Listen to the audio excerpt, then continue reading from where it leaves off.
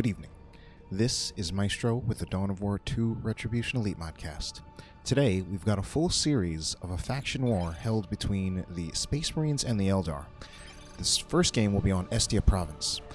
Our first player on the blue team, the Space Marines, will be Adila, the current lead designer of the Elite Mod, playing as the Force Commander, a tanky, disruptive melee hero.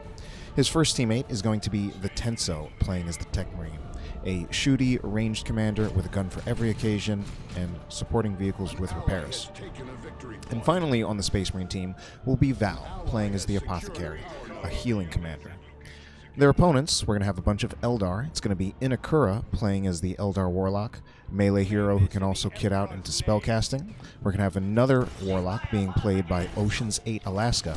And then finally, we're going to have Ben 1993 on the Eldar Farseer, a support hero with buffs, debuffs, and heals. So then, what's going on here is there is a monthly faction war event that is held by a community member named Impregnable.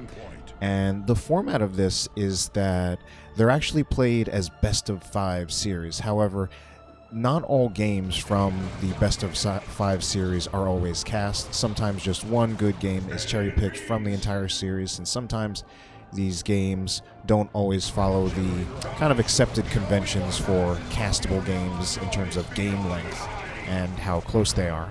But what I'm doing here at the request of Impregnable is casting the entire series. So this is a best of 5 series. That means a minimum of 3 games and a maximum of 5, where the first team that can get 3 wins will be declared the victor of this faction war. And we've got Eldar versus Space Marines, a matchup that has traditionally favored Eldar, but I do say this more based on 1v1, and that's also kind of old knowledge that I'm using, since things definitely change a lot over time, and I will just confess that I did not read every single changelog that has occurred from basically the time that I had stopped casting in 2017 all the way until now. But it's still important to know the history, because typically you want to think about what are those underlying reasons for why Space Marines may have a tough time with Eldar. What are the specific details of that?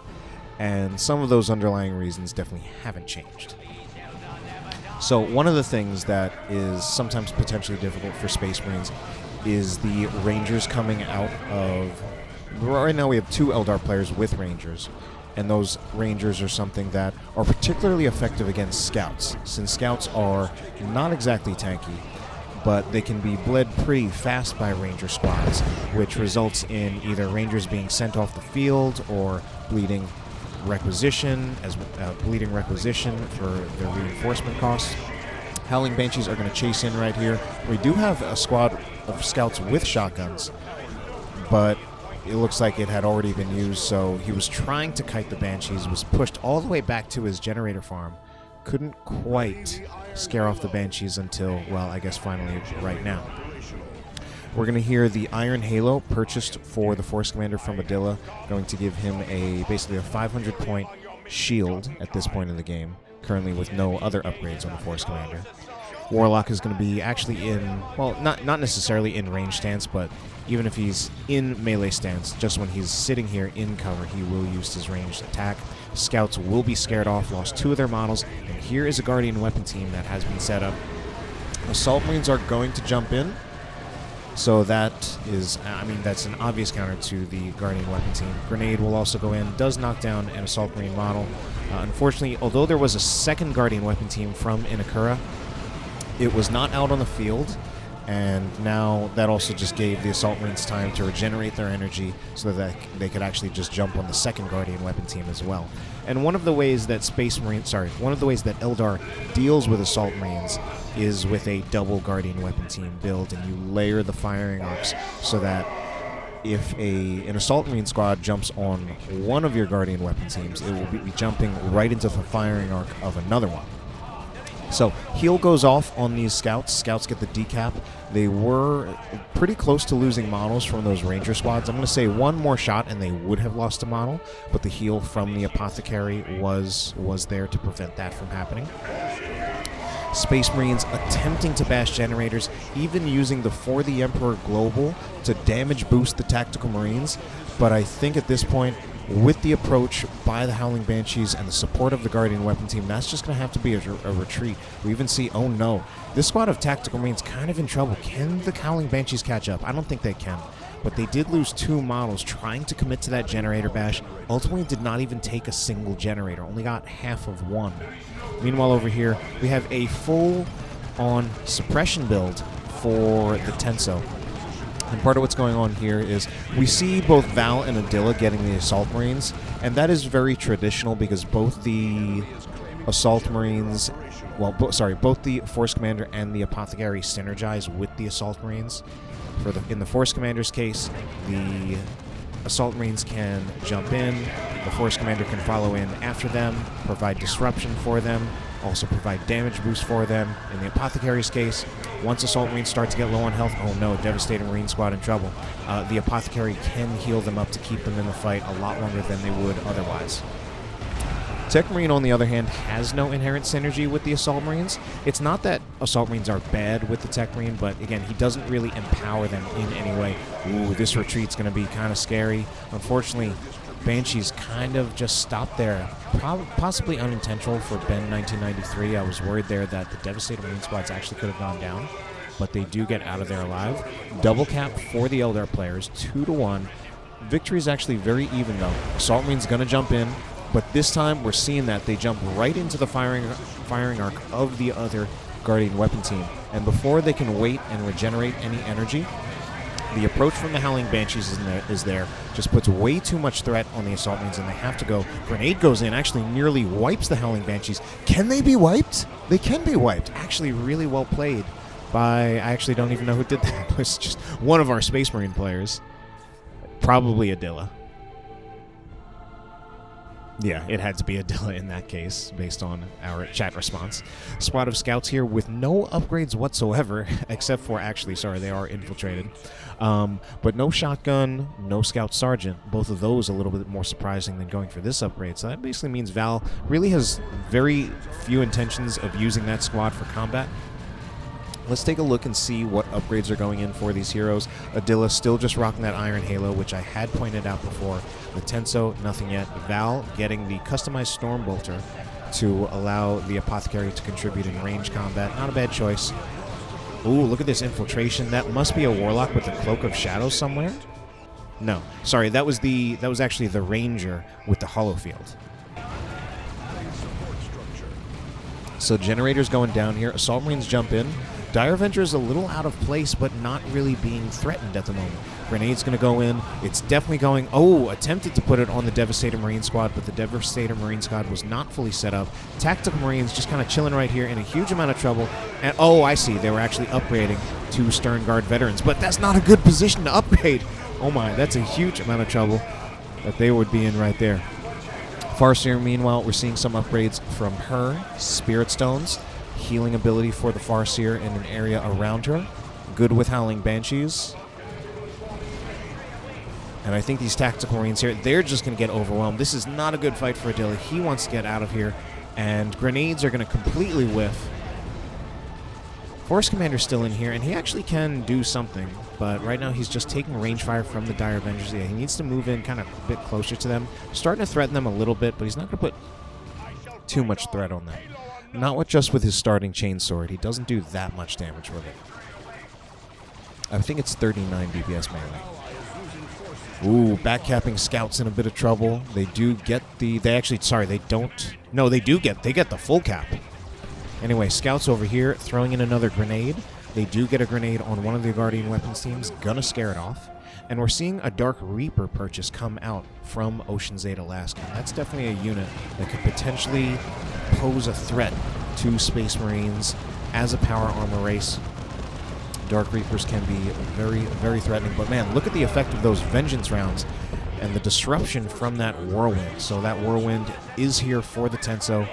Devastator Marine Squad in trouble, especially, I was going to say, especially if these Banshees can get into the retreat path. But the Shotgun Blast from the Scouts is going to prevent the Banshees from getting that much value in that regard. In fact, Banshees get relatively little value there. So that really just showing off the value of a Shotgun Blast. On the other hand, Here is the jump by the Assault Marines. Assault Marines, there is no second Guardian weapon team set up, not yet at least. It is moving back. Grenade goes in, actually getting his own model instead of getting the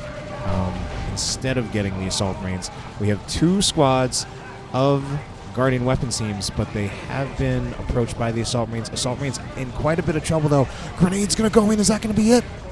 No. 1 hit point. Are you kidding? That could not have been much luckier. So it looks like they will actually not get out. So actually, I guess that could be luckier. That's quite an interception by OceansAteAlaska. I don't feel that this backcap by the scouts is really that worth it.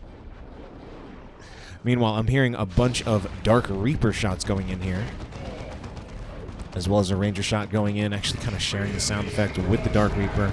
Infiltrated Dark Reapers are revealed. Grenade's going to go in. Grenade not going to hit anything, but I do think some of those Whirlwind missiles are going to hit some things. Meanwhile, here's that side approach from the Wraithlord. Wraithlord has been upgraded with a Shuriken Cannon. Shoulder-mounted Shuriken Cannon only has 50% accuracy on the move. And it's actually being chased by some Vengeance Round Stern Guard veterans. 2 squads of Stern Guard veterans with Vengeance Rounds, as well as the Tech Marine with the Meltagun. I was going to say that Wraithlord's in a huge amount of trouble, but it actually gets infiltrated briefly. With that, I don't think that's enough to save it. I think it's dead. Just like one more burst from something. He's going for just trying to melee it down with the Assault Marines. And I don't actually think it was the Assault Marine melee that finished it off. I think there was another shot from the Stern Guard Veterans Vengeance Rounds. Autark will be called in, going to drop in a bunch of grenades, nearly wiping his own, well, someone's Howling Banshee squad. Howling Banshee's in a huge amount of trouble against those Stern Guard veterans using their damage over time rounds, which I actually don't remember the name, I'm going to be completely honest here. Autark will jump in on the Stern Guard veterans. Autark needs to be very, very careful here. Again, because the Stern Guard veterans do have those damage over time bolters, they will do a fair amount of damage to retreating units, so the Autark is not very safe when retreating if he stays in too long. So now we have another Wraithlord, this one from Inekura, and this one equipped with the Bright Lance. Bright Lance is an anti-vehicle choice. Bright Lance also gets a Devastator plasma model in retreat there. But we did also see that Blessing of the Omnissiah was activated to save that Whirlwind. The Bright Lance from the Wraithlord is very much a soft AV option. Like, it doesn't do nothing, but it's like once the Blessing of the Omnissiah is activated, the Wraithlord can't realistically expect to actually take down the Whirlwind as long as it's being microed away from the Wraithlord. So we're seeing infiltrated Dire Avengers. They come out of infiltration. Well, it's not the Dire Avengers who did it. It was the Reapers who knocked down the Stern Guard veterans. So Stern Guard veterans, given that they were taken by surprise, need to get out of there. Attempted Witchblade of Kurnos Ethereal Slash on retreat by OceansAteAlaska, but it doesn't quite land square on those Tactical Marines, or rather those Stern Guard veterans. Wraithlord's going to be in here. It's actually being chased by a multi-melta Dreadnought of all things. Grenade's going to go in, not completely dodged by this squad of Tactical Marines, but they don't lose a model. The Wraithlord is in here. I think it's going to... It seems like it's getting overwhelmed. Of course, it's being shot by a Lascannon Devastator. I don't think it gets out of there alive. One shot from that multi-melta Dreadnought does finish it off. Multi-melta, an upgrade that you don't actually see that much for the Dreadnought because the Assault Cannon is so good. One of the big things that I feel the multi-melta lacks by comparison is range. It's very much a short-range weapon compared to that long-range Assault Cannon. Obviously, they serve different purposes, with the Assault Cannon being anti-infantry and the multi-melta being not actually anti-vehicle, more being anti-all. But it's just, I really feel the range on the Assault Cannon Dreadnought makes it, in my opinion, ultimately just a better upgrade. But we did see some value gotten out of this Dreadnought. So Val saying he hopes that they're close to Tier 3. Eldar Players currently winning in the Victory Point War, 331 to 133, with a 2-1 against the Space Marines. Lone squad of scouts on a solo mission, not going to achieve much.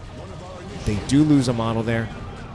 And the unsupported Dreadnought also not going to be able to breach this line. So Whirlwind's still out for the Tenso, level 1 Whirlwind. We see the attempt to take back the contested victory point, but I don't think there's enough here. Adila's going in by himself. Assault Marines take a huge amount of damage, but don't lose a model. I feel like any model could go down any time now, or one model could go down at any time now. It's so close, but he doesn't lose. Oh no, he actually did lose a model. I was wrong. I was just looking at 3 members, but it's actually a squad that's upgraded with their sergeant, so they are missing a model. Meanwhile, Warlock is in here. Merciless Witchblade, Champion's Robe, and Warp Throw. It's OceansAteAlaska who has the Witchblade of Kurnos. And it's going to be a lot tougher for this Warlock to just try to be a melee tank with the effect of that marked target coming out of the Tech Marine. Uh-oh. Whirlwind being chased down. It does have Blessing of the Omnissiah on it, but it's being chased down by these Howling Banshees. Devastator Marine Squad tries to set up to provide support. Instead, they get tied up before they can actually start firing. And the Howling Banshees are finally knocked down, yet they're still here doing things and finally retreat. But man, look at the aggression by those Howling Banshees. So if we talked about what are the things that Space Marines could potentially struggle with in this matchup, one of those things would be the Howling Banshees with their power melee weapons and the threat that they can put on many of the power armor squads for the Space Marines.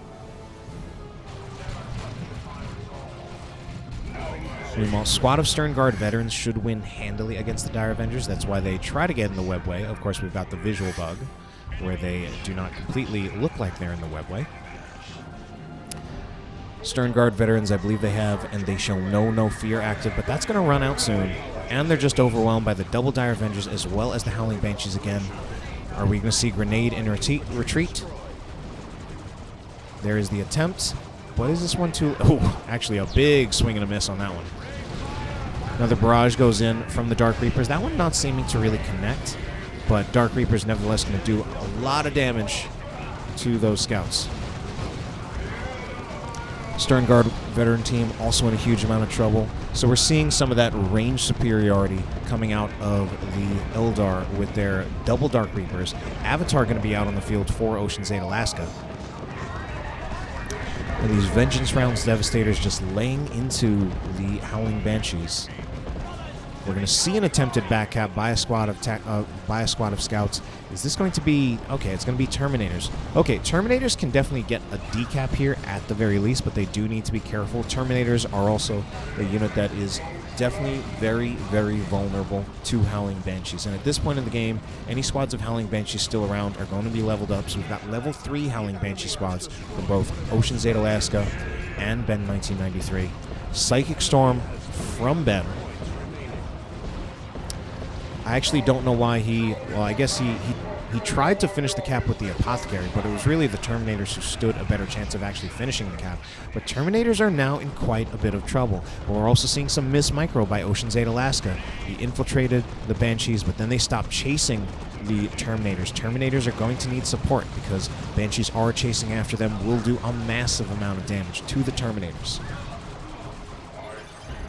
Still need more support, like something... Like, they need to be knocked down, suppressed, something. One Terminator model is dead. Devastators can't even set up because they were preemptively tied up by the Warlock. Well played. God, these Terminators, it hurts so bad just to see. Finally, we're seeing the support from the Whirlwind, but now the Whirlwind is under a threat of its own.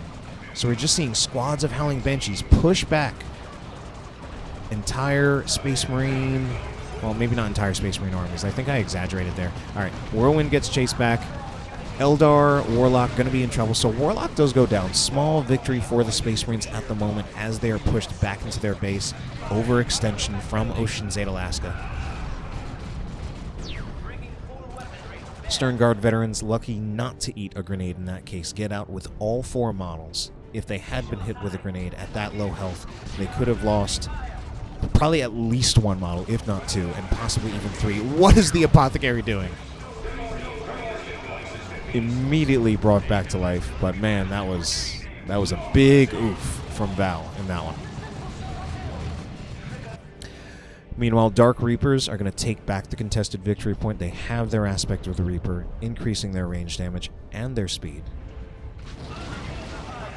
But the Eldar, Avatar of Cain out on the field is going to be a problem, especially given I'm actually a little rusty on my numbers, but I'm pretty sure that against the Avatar of Cain, a Plasma Tactical Marine Squad would do better than Stern Guards with any ammo loaded. I'm gonna have to check back and get back to you on that one, but I'm pretty sure on that. Oh man, we're just seeing Howling Banshees tearing things apart again. Much of this game has been the story of the Howling Banshees and just how oppressive they can be against Space Marine armies. Dreadnought is in trouble, starting to get overwhelmed. But this Fire Prism also getting a little too close to the Dreadnought, because the Dreadnought does have a lot more hit points than the Fire Prism. Finally, the Fire Prism does manage to get out of the way. Dreadnought is absolutely dead. And it's not looking good for our Space Marine players in this game.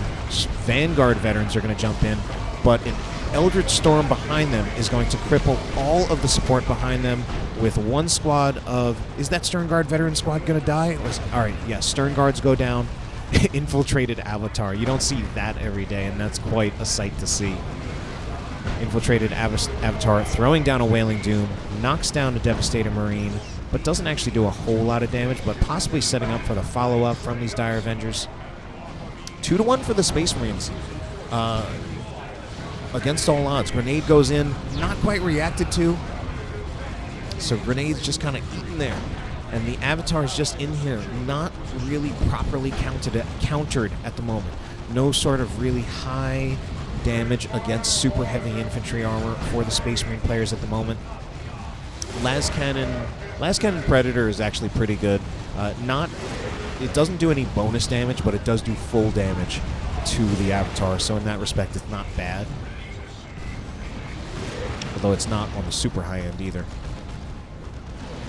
Well, actually I could be wrong about that, given relatively high base DPS. Just no bonus damage. Tech Marine is here, has the Refractor Field. I forget that the Tech Marine has a shield of his own. But even with that shield, he's just being knocked down by the Howling Banshees. Howling Banshees will have to retreat, though. This is a level 4 squad of Howling Banshees, and it looks like OceansAteAlaska has actually lost one of his squad of Howling Banshees.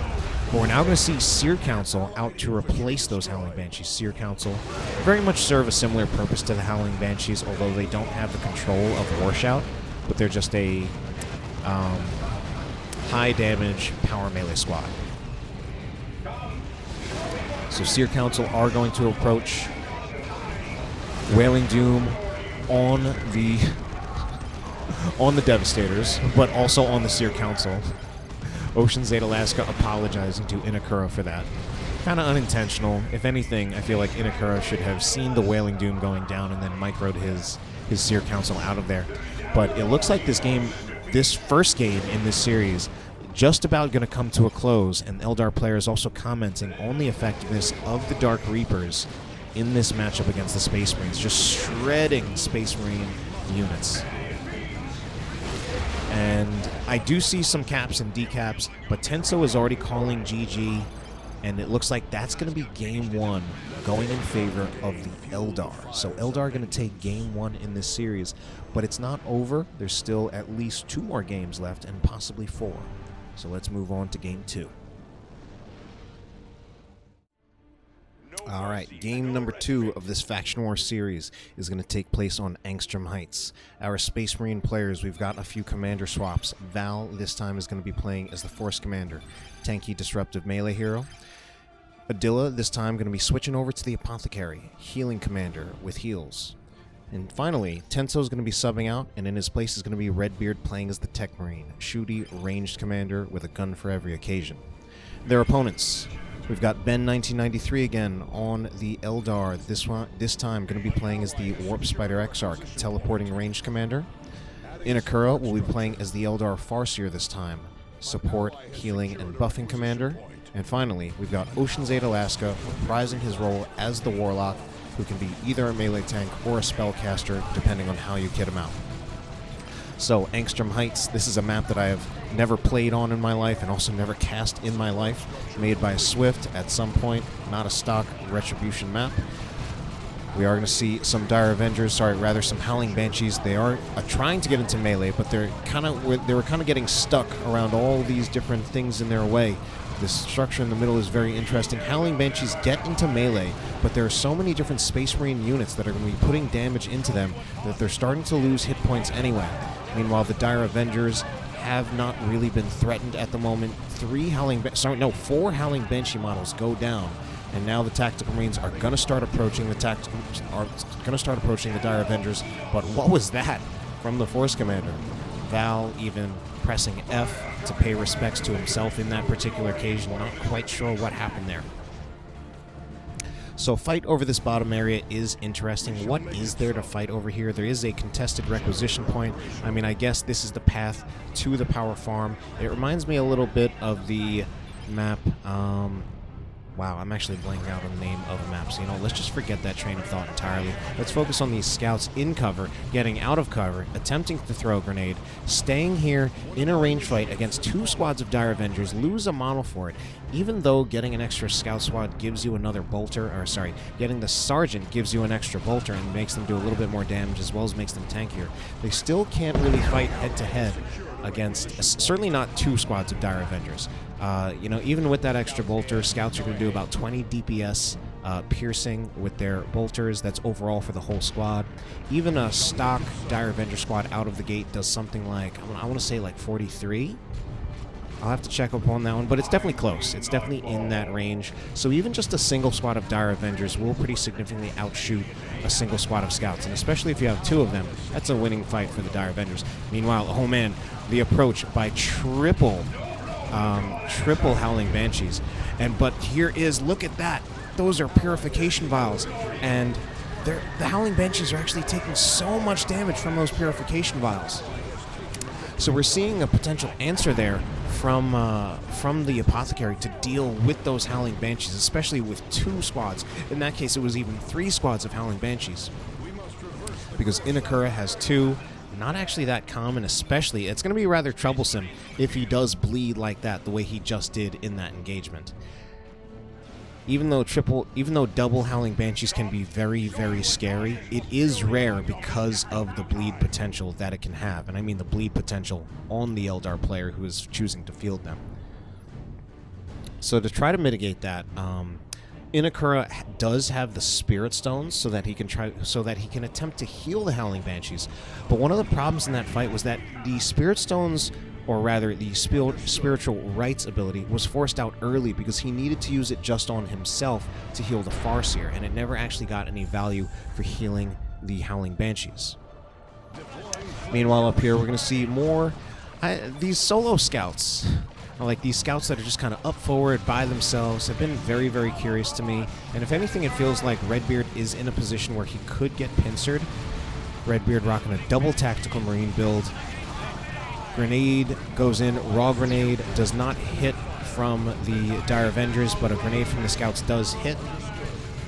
And we are going to see, I don't know, what's with the scouts going so far forward? If anything, the scouts want to be the ones to hang back. And if there's a squad that wants to move forward to get into melee, it should be the Tactical Marines. And 1 squad of Dire Avengers possibly does go down. Wow, that was actually just leaving it too long in that fight without really any good reason, just kind of not paying attention. Redbeard, worrying that he's in trouble, loses 3 models on a scout squad in total. Not sure if all of it was in retreat, but we do see the Banshees that are trying to attempt to kill things in retreat does get 1 of the Tactical Marine models. Meanwhile, over here, do we have another Defend Force Commander? So here we go. We've got the Defend Force Commander with the Chain Sword and Storm Shield. Grenade goes in. I don't think it hit anything in there, or if it did, it might have only hit 1 model. Space Marines starting to look overwhelming in this engagement just based on sheer numbers alone. Grenade isn't dodged, but damage was not terribly significant in that case. I think this squad of Tactical Marines probably going to have to go Defend activated, but doesn't actually, at least according to the tooltip, shouldn't protect against the melee damage from the Howling Banshees. However, it will actually nullify the effect of a War Shout. So Howling Banshees are still in here. Are we going to see a shot? There's the Shotgun Blast. I was going to say, where's the Shotgun Blast? Shotgun Blast into more of those Purification Vials. One of those Banshees is dead. So Banshee Squad lost 4 Inekura, and look at this. We have got the double Flamer from Val. Kind of gratuitous. Not really needed to get double flamers. But I mean, in this case, it's just going to really make sure that those generators were melted. They were literally melted down quick. And both squads of Tactical Marines also going to retreat out of there without even losing a single model. Kapunter. Anyway, attempted counterbash planned by the Eldar players. They're moving in. They do have 2 squads of Howling Banshees. They've certainly got the damage to make this bash happen, but they're taking up time trying to just destroy this drop pod, which I don't feel is the best play at the moment.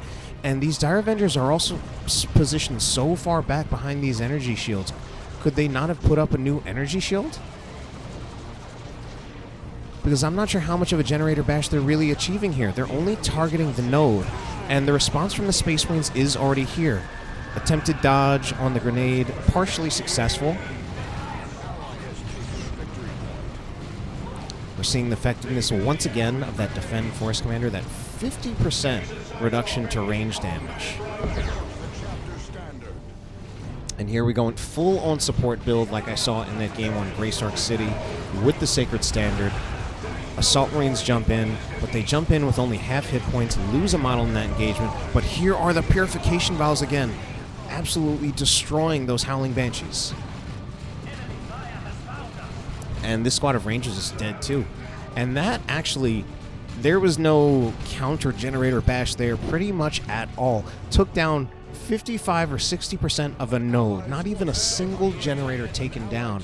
I don't know what happened there. Just a little too, did not push in far enough. Set up too far away. And oh god, here are those double tack flamers. Again, just melting generators down really, really quickly. I think he's even using For the Emperor on them. Or maybe I'm wrong. No, one of those squads, although it's hard to tell with all the different effects, but I think For the Emperor was used on one of those flame attack squads. Ultimately, they do have to retreat, so this generator bash not as successful as the last one, with only 1 generator taken down. Meanwhile, what is happening up top? Dire Avengers versus the Tactical Marines. Tactical Marines going to win that on most days, in most occasions, so Dire Avengers will just need to get out of there. Contested victory point is is not taken at the moment, but it will be channeled by Adila's scouts, so he will start getting the 2-to-1 cap in favor of the Space Marines. Meanwhile, down here, we're seeing a lone squad of scouts on a solo mission. Don't know what's going on with these solo scout missions. There's really just not a whole lot they can achieve by themselves. Why are they going in so far? And they are just going to have to retreat out of there. Doom goes on them from the Doombringer from the Farseer. Grenade attempting to retreat, ultimately a little too late. Could have been executed better. Oh, but here is the Razorback. Our Space Marine players are already in Tier 2. Razorbacks for both Val and Adila, and a Dreadnought out for Redbeard. So that Dreadnought out for Redbeard, not actually doing anything at the moment, but has been upgraded with an Assault Cannon. So last game, yeah, I mean, look at the range there.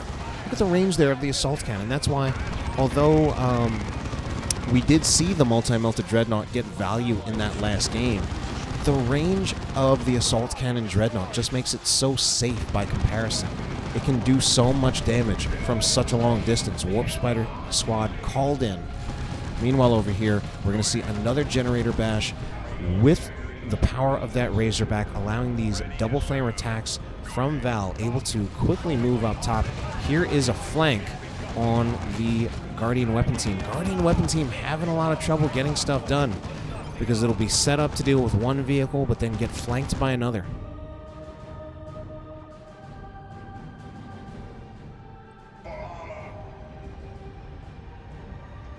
So here is that approach, but there's not enough to threaten the Razorback at the moment. Razorback is not... Okay, we do see the upgrade to the Guardian Weapon Team with the Bright Lance, but it's taken so much damage that it needs to get out. Merciless Strike used, kind of wasted there. I think was still trying to be using that on the Guardian Weapon Team, see if they could finish them off. Grenades go in on the Razorback, don't hit the scouts, actually do some light damage to the Razorback. But oh no, here's the other Razorback moving in.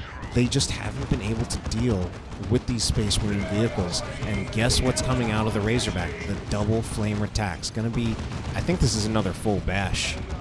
That's so rough. I mean, the double flamer attacks, as long as you got double flamer attacks, like, if you push them off the field, you're going to get the full farm. Even getting the decap with the defend force commander getting value once again. He just takes so little damage from those dire avengers. Once he activates defend, he's still channeling it.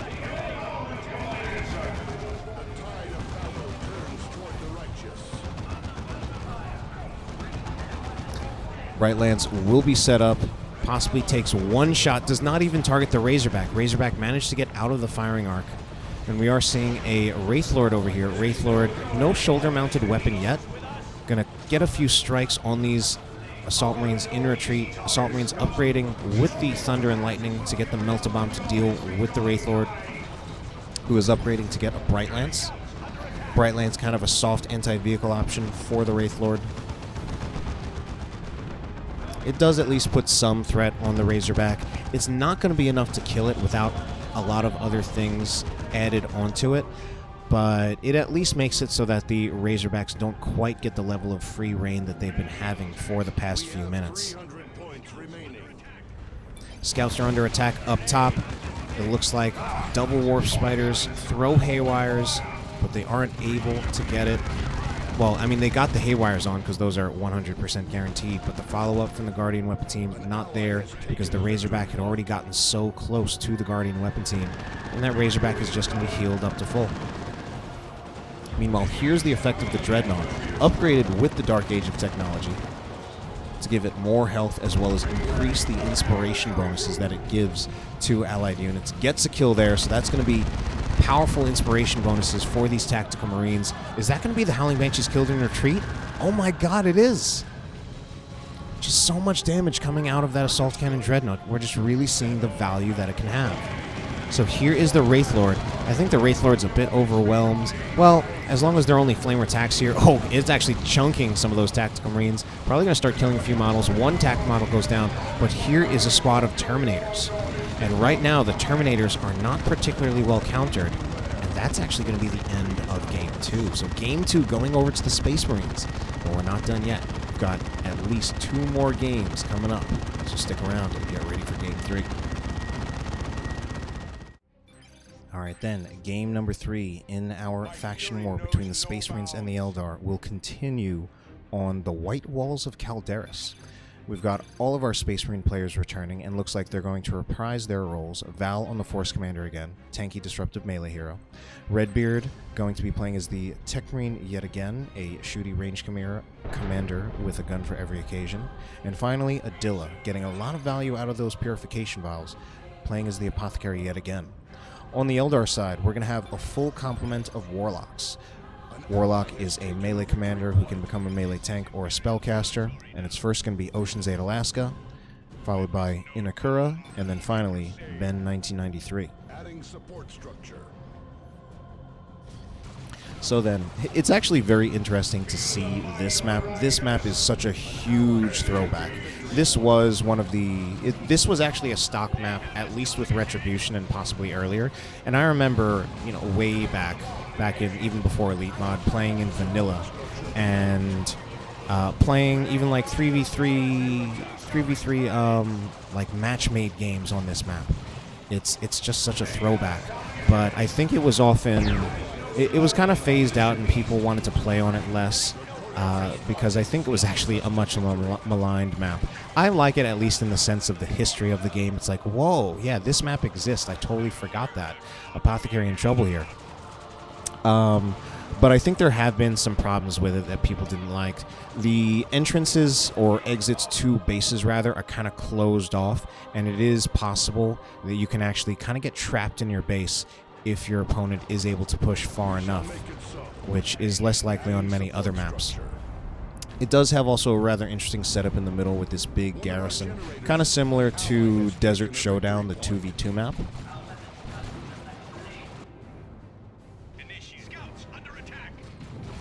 So let's take a look at some scouts under attack. Man, what is with Val and his forward scouts?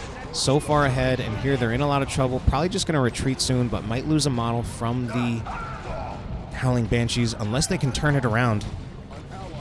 I guess I see what he's going for with trying to use those scout grenades, but it's kind of I don't know. Yeah, I mean, it's cheeky, and it can work if you really do it well, but it's also a little kind of unnecessary. Anyway, Warlock is in a rather curious position, and OceansAteAlaska is saying that he's stuck, so a grenade just goes in. He's stuck in that garden, just got lost in all the shrubbery, and it said, "Let him leap out, leap out, or not." So that's also, I guess, another potential reason why this map had kind of been phased out and not really played on much anymore.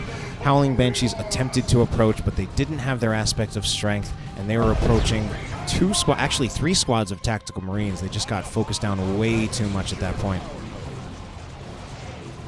Guardian Weapon Team will set up to prevent the Force Commander from being able to approach forward much more, so we won't be able to support that position.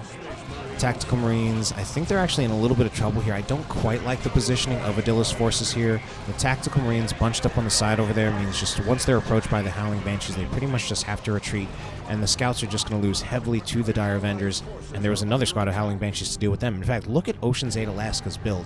Double Dire Avenger, double Howling Banshee. That is rather crazy. Don't see that one very often.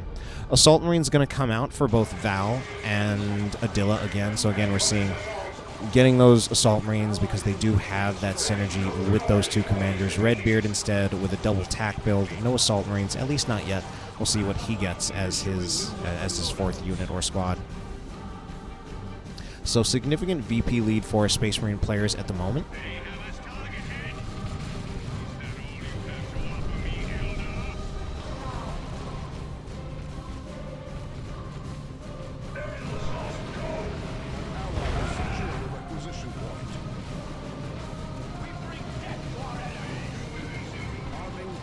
Alright, Assault Marines jump in on the Dire Avengers, do manage to scare them off, take a few models.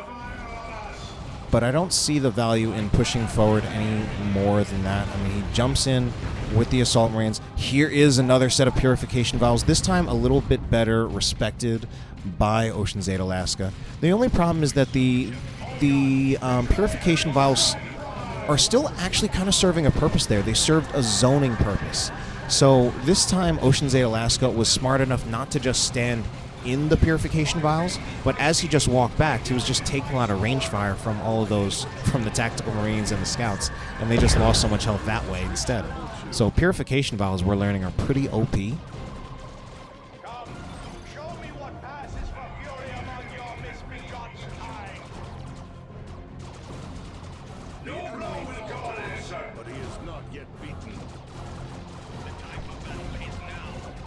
So, meanwhile on this side, Guardian Weapon Team will be inside this garrison. Not really, okay, starting to shoot its Shuriken Cannon at the Tactical Marines, but it looks like it's switching targets. Possibly gonna start suppressing this Tactical Marine squad. Assault Marine's gonna jump into a little bit more than they can handle, and that just results in an instant retreat from them as well. Warlock is going to be in here. No upgrades on this Warlock, but he's still enough to scare off the Tactical Marines. And what are our upgrades looking like for our players? Val with the Power Sword. Don't see that every so often, but I do like the potential synergy that has with the Assault Marines again. Grenade and Retreat, is that going to hit? Does actually take down a model, even though it didn't look that close. Power Sword does increase, although there's not really exactly much power armor to deal with from the Eldar. Power Sword can still be used for the increased damage buff from Battle Cry that it gives, which I think especially, I mean, technically it has synergy with really any of his units, but I think especially with the Assault Marines, since they are kind of leading the charge. Redbeard, meanwhile, Mastercrafted Bolter again. Adila with the Purification Vials, we already saw some of those used. And our Eldar players, OceansAteAlaska, no upgrades. Merciless Witchblade for Inekura, and another Merciless Witchblade for Ben 1993. So Space Marines have lost control of the middle. Going to be going for the Eldar Natural. And we're also seeing, I don't know what the Space Marine, what the Force Commander is doing here. What does he achieve by being this far out by himself? And even here, like, if he does not activate Battle Cry, he actually just dies here. And he's going to die, but there's also a bigger fight happening here. Oh, no. Someone's going to die in retreat. That's going to be some Dire Avengers. They should be dying. They might just get out of there alive. That would be really lucky if they did, but I don't think they're going to be so lucky, and they're not. More Purification Vials. Assault Marine's going to have to go, though. And here should be the attempted grenade on retreat on the Assault Marines. One goes down. Does not take a model. So, kind of lucky there. Meanwhile, another attempted grenade does hit the Howling Banshees. Grenade as a melee counter to Howling Banshees it's tough. I mean, it can definitely work very well if you actually do get them to step on the grenade. But of course, if they actually are wise to it and back up from the grenade, it also does completely nothing. Grenade gonna go in on the Tactical Marines, but it's a raw grenade. They do just straight up dodge it. They're going to have to dodge a few more grenades, perhaps, and they can't dodge the rainfire. That just automatically tracks, and they will need to get out of there, or they're going to start losing models to the quad Dire Avenger squads. So Warlock moving out, this one with that Merciless Witchblade, using the passive ranged knockback on the Force Commander. So good. It's just one of the uses. One of the things that I sometimes forget about that Merciless Witchblade, of course it's mainly a melee weapon, but it will also make the Warlock's ranged attack knock back the units that it targets, which is particularly good against single entities, basically commander units. Meanwhile, this squad of Assault Marines in trouble. Grenade, ooh, a big whiff on that grenade. Doesn't have the energy for another, so actually, is this going to be another Assault Marine squad going to get out with all models, despite only having about 10% of their hit points? What are these scouts doing? Anyway, Space Marines again taking control of the Eldar Natural, choosing not to deal with the double Guardian weapon seams inside this garrison. That's something that's going to be a little bit tough to deal with unless we start seeing maybe we do see some sniper rifle upgrades. Well, only the one for Redbeard, so he's the only one with the sniper rifle. And that one sniper rifle, not quite enough to take care of those Guardian weapon teams by itself. But man, did we see a Dire Avenger squad get melted here. I think that was a Dire Avenger squad for OceansAteAlaska, because we do have the Signum armor from Redbeard's Tech Marine. Signum armor, very common weapon, very common armor upgrade. What was that grenade? You know, I'd like to say, like in an ideal world, we could say that if he had like knocked down this pillar, maybe it could have fallen down on those Space Marines, but that hasn't been programmed into the game yet. It would be cool, but doesn't exist. Ooh, just going to be a mass retreat from OceansAteAlaska's army. Just seeing that Dreadnought in place. Dreadnought's also something that could help to deal, I was going to say, with those Guardian weapon teams inside the bunker. But the Guardian weapon teams get out of the bunker to deal with those Tactical Marines that were about to flame them out anyway. Dreadnought also kind of... they're going into, not the bunker, but the garrison. Going into the garrison, that's not a safe place. The Tech Marine, sorry, the Dreadnought has a flamer. Can actually use being put into range stance. It can actually get them out of there.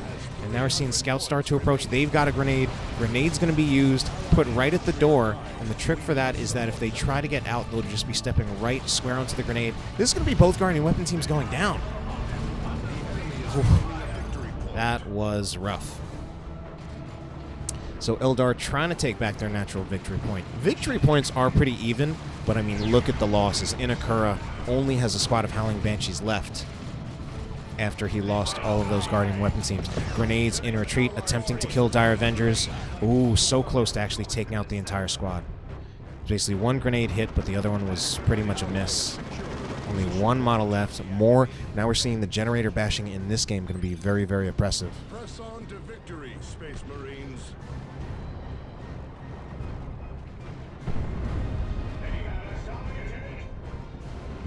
Gonna actually be getting the decap on this power farm. So Space Marine players starting to push back the Eldar into their base. It's gonna be hard for them to get out. Rangers trying to slow down the approach, but they get jumped on by the Assault Marines. Assault Marines not quite threatened so much here. They're just starting to tear things apart, and they will retreat, or sorry, they will jump out and then retreat before losing a single model. Meanwhile, over here, we're seeing a scout, that's another squad of scouts just chasing down the Warlock, now idling. We are seeing some Dark Reapers out on the field for the first time since Game 1, but not seeming to have quite the same impact at the moment. Ooh, and a squad wipe by the Assault Cannon Dreadnought. I believe that was maybe one of Ben Knight's... No, maybe I was wrong about that squad wipe. It looked like a squad wipe to me at the moment, but either way, we did see the Assault Cannon Barrage at least appearing to get value. Assault Cannon Dreadnought kind of being threatened by the Fire Dragon, so that's why he's just moving into melee, because if he gets into melee with the Fire Dragons, it's a clear win for the Dreadnought. And with only this squad of Fire Dragons, he can't really kite the Dreadnought, so the Dreadnought actually being really oppressive. Also has the Blessing of the Omnissiah, so it's getting repairs as well. Ally has secured a requisition point. So things starting to really be put more significantly in favor of our Space Marine players. Redbeard once again upgrading to the Dark Age of technology on the Dreadnought.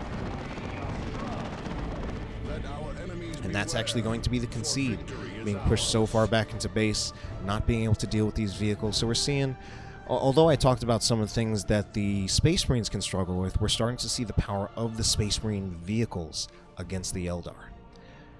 So that puts our series at 2-1. We've got at least one more game left, possibly two. Stick around. Alright then, we're on Game 4 in our faction war. This one's going to be on Valderis Refinery. Our first player is going to be OceansAteAlaska on the Eldar, playing as the Eldar Farseer, support hero with buffs and also a heal.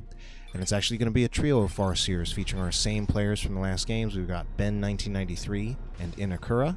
And then our Space Marine players, we do have them a few role switches. Redbeard's still going to be on the Tech Marine, shooty ranged hero with a gun for every occasion. Val this time going to be on the Apothecary, support hero with heals. And finally, Adila will now be playing as the Force Commander, tanky, disruptive melee hero.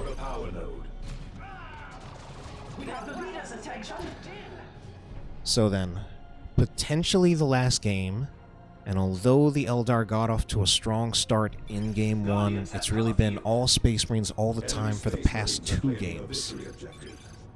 Space Marines actually being aggressive on this particular side of the map, choosing to get control of the Eldar Natural.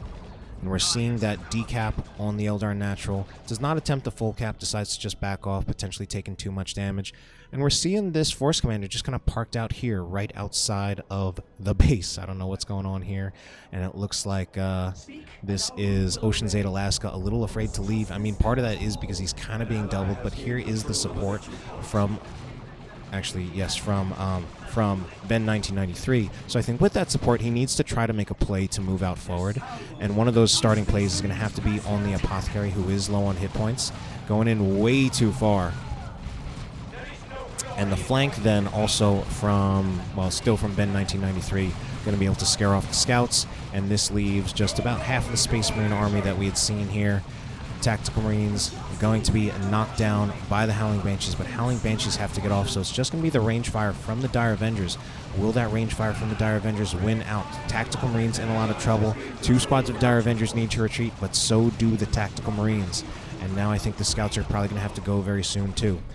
These Dire Avengers are going to have to start targeting the scouts, but scouts are getting into melee range. Scouts are so far forward, probably looking for a grenade here at some point.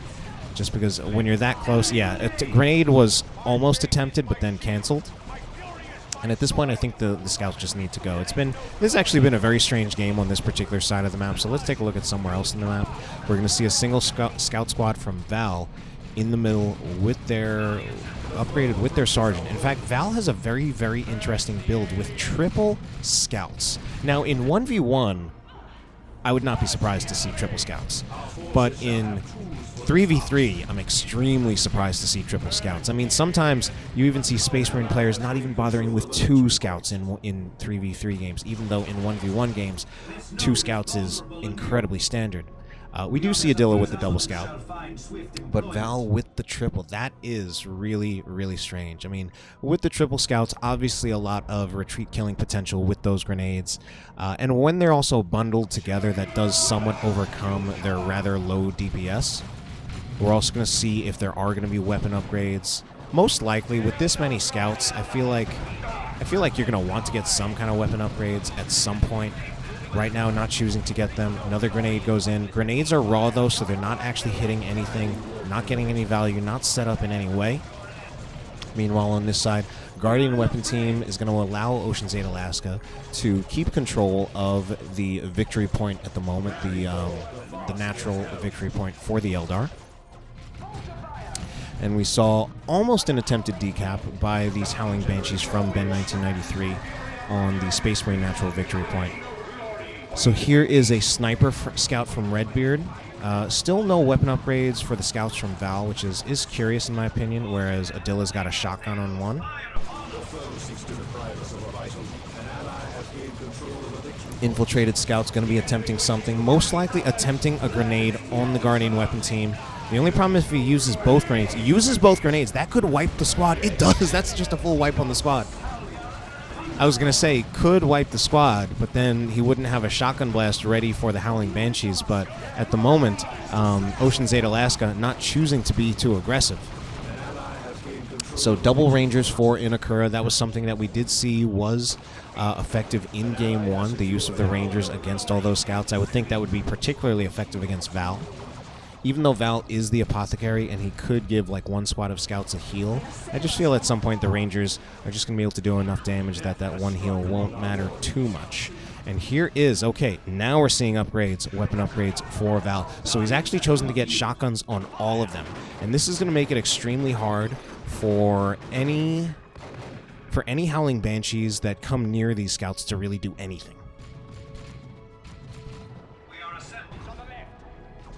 Meanwhile, on this side, we are going to see Rangers probably going to target the scouts, so the scouts do decide to just retreat there. Yeah, I mean, 2 Ranger shots go in right immediately after. If they hadn't retreat, that probably would have been another scout model dead, whereas the Tech Marine can actually afford to tank those Ranger shots, and it's actually, well, now there's a lot of support from some Dire Avengers. Might not be worth it to tank that range fire, so he does get out. He does go into cover. I think he used the high-powered shot ability, probably killed a Ranger model, but then decided to just get out of there. Didn't have the Rangers on screen, so I missed it. Ooh, and here's that Space Marine generator bash. So we're seeing that one of the powerful tools that the Space Marine have is that Flame Attack. Even though the Flame Attack is often viewed as a weapon that's not exactly great for combat. Oh my god. Quintuple shotguns. The Flame Attack is just something that can get value early if you bash generators. And then, of course, Tactical Marines have that flexibility of actually being able to replace the weapon later on, if they so choose. So, man, quad shotgun scouts is actually pretty rough. Like, I mean, what can the Howling Banshees do? If anything, like there were times earlier on when I had felt that there weren't enough shotguns for our Space Marine players. OceansAteAlaska feeling like he's in a pretty rough spot, kind of being pinned in his base. And that's one of the rough things about this map. This object here, this like just structure, kind of blocks line of sight. Not just blocks line of sight, it blocks pathing. And it kind of is also something that can kind of trap a player in his base. So our Space Marine player is actually really being very hard on OceansAteAlaska, the Eldar player in the bottom, which is why much of this game has focused on the bottom. I feel like less has gone on up top with Redbeard more frequently playing a 1v1 against his opponent. Now, our Eldar players do have a significant victory point lead, over 150 victory points in their favor, 468 to 307. But there are so many ways in which the momentum of this game really feels like it's going in the Space Marine players' favor. Oh man, but having your entire army knocked down by a kinetic pulse does quite hurt a bit. Luckily, he was able to dodge the grenade, got them up in time where the grenade was just too late. Howling Banshees, though, can they kill something in retreat, though? Maybe start going for the TAC models instead of the scouts. TAC models so much juicier. Oh, I feel that was a very much a missed opportunity. He was chasing after those scouts that were a lot more far forward. The TACs are just so juicy for those Banshees because they do that bonus damage to power army units with their power melee swords.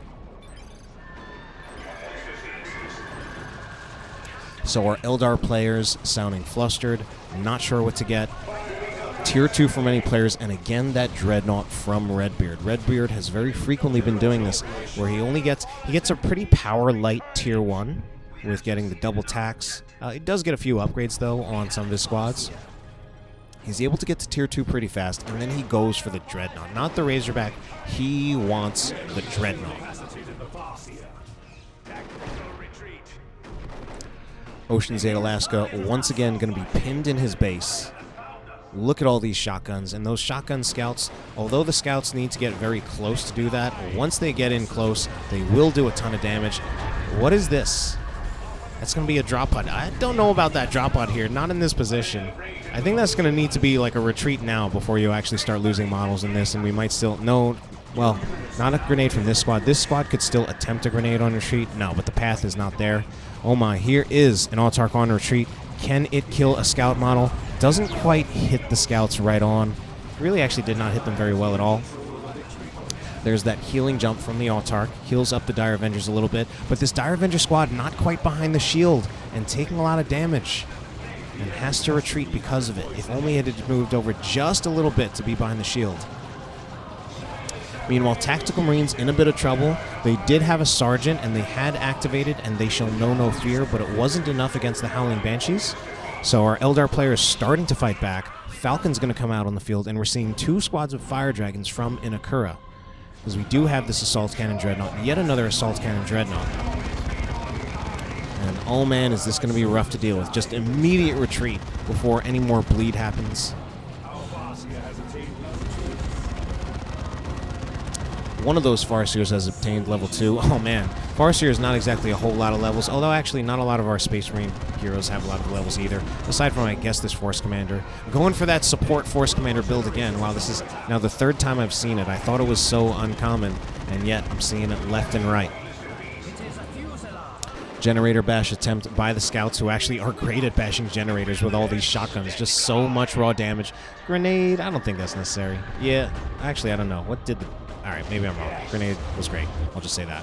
I don't know about this one. Like, Dreadnought is great, and now I think it's actually just surrounded by the Howling Banshees, so it actually just can't get out. Attempted to use the barrage just as a final last something, but couldn't. I don't know what that was.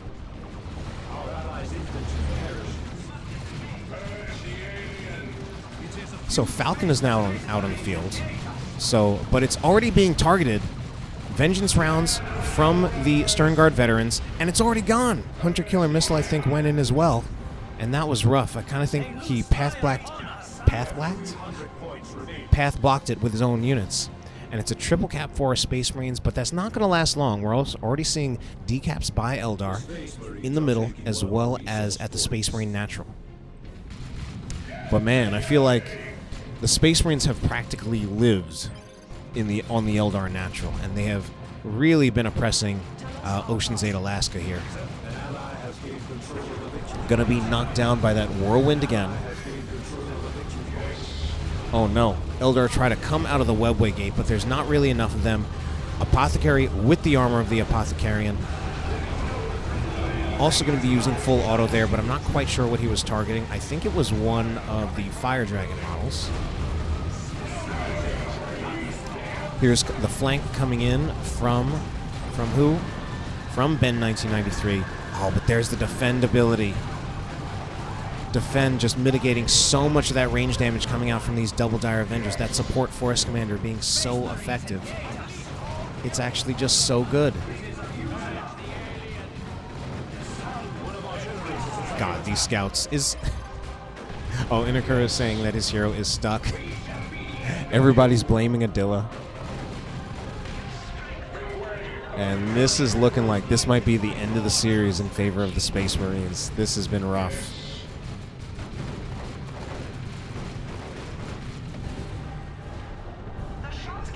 In fact, all Eldar heroes are dead here. Oh my god.